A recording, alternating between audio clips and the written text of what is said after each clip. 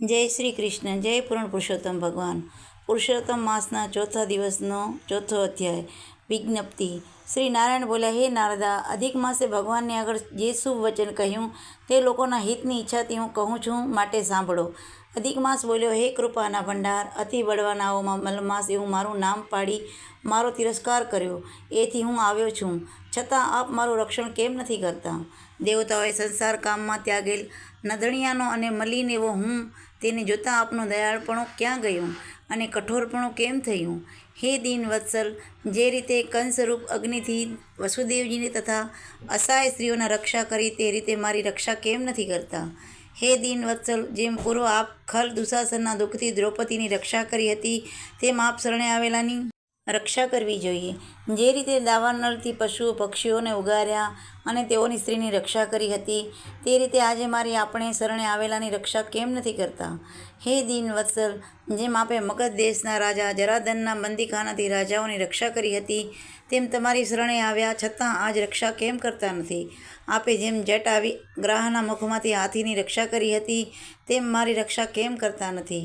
નારાયણ બોલ્યા, આ રીતે બ્રહ્મરૂપ એવા કૃષ્ણને જણાવી આંસુથી ખરડાયેલા મુખવાળો ધણી વગરનો જગતપતિ પાસે ઉભેલો મલમાસ ચૂપ રહ્યો.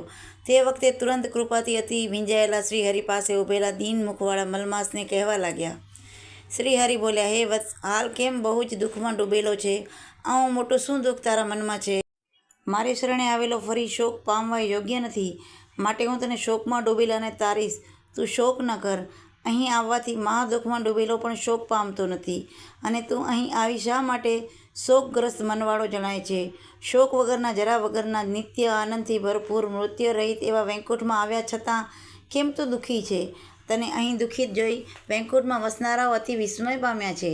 હે વત્સ, તું શા સારું મરવાની ઈચ્છા રાખે છે તે મને હમણાં કહે. આ પ્રમાણે ભગવાનનું બોલવું સાંભળી ભારને ધારણ કરનાર જેમ ભાર રહિત થાય તેમ શ્વાસોશ્વાસથી મુક્ત મલમાસ શ્રી કૃષ્ણ પ્રતિ બોલ્યો, હે ભગવાન, આપ આકાશની પેઠે સઘળે ઠેકાણે જગતમાં વ્યાપી રહ્યા છો, માટે સર્વમાં આપનું કશું પણ અજાણ્યું નથી. હે પ્રભુ, હે દયાળુ ભગવાન, આપ મારું દુઃખ જાણો છો, તો પણ હે નાથ, પાર વગરનું મારું અનહદ દુઃખ જે કહું છું તેવું દુઃખ મેં જોયું નથી અને સાંભળ્યું પણ નથી.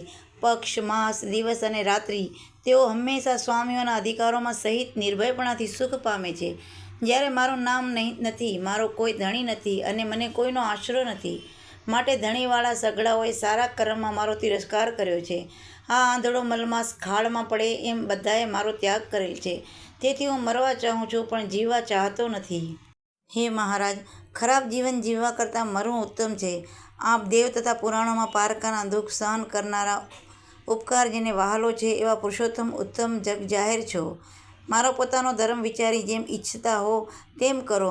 વારે વાર પામર માણસે મોટા સમર્થને કહેવું તો યોગ્ય નથી. હું મરીશ, હું મરીશ, હું મરણ પામીશ. આ પ્રમાણે ઘણી વાર કહીને તે નારદ તે મલમાસ ચૂપ રહ્યો. ત્યાર પછી એકદમ શ્રી લક્ષ્મીના પતિ વિષ્ણુના પગે પડ્યો. ત્યાં તેને પડેલો જોઈ સભા અતિ આશ્ચર્યચકિત થઈ. શ્રી નારાયણ બોલ્યા, આ પ્રમાણે કહી જ્યારે અધિક માસ બંધ પડ્યો ત્યારે ઘણી કૃપાના ભારથી ખેદ પામેલા શ્રી કૃષ્ણ ચંદ્રમાની પેઠે તેને સુખ પ્રાપ્ત કરતા મેઘના ગર્જના સરખો રમણીય બોલ્યા.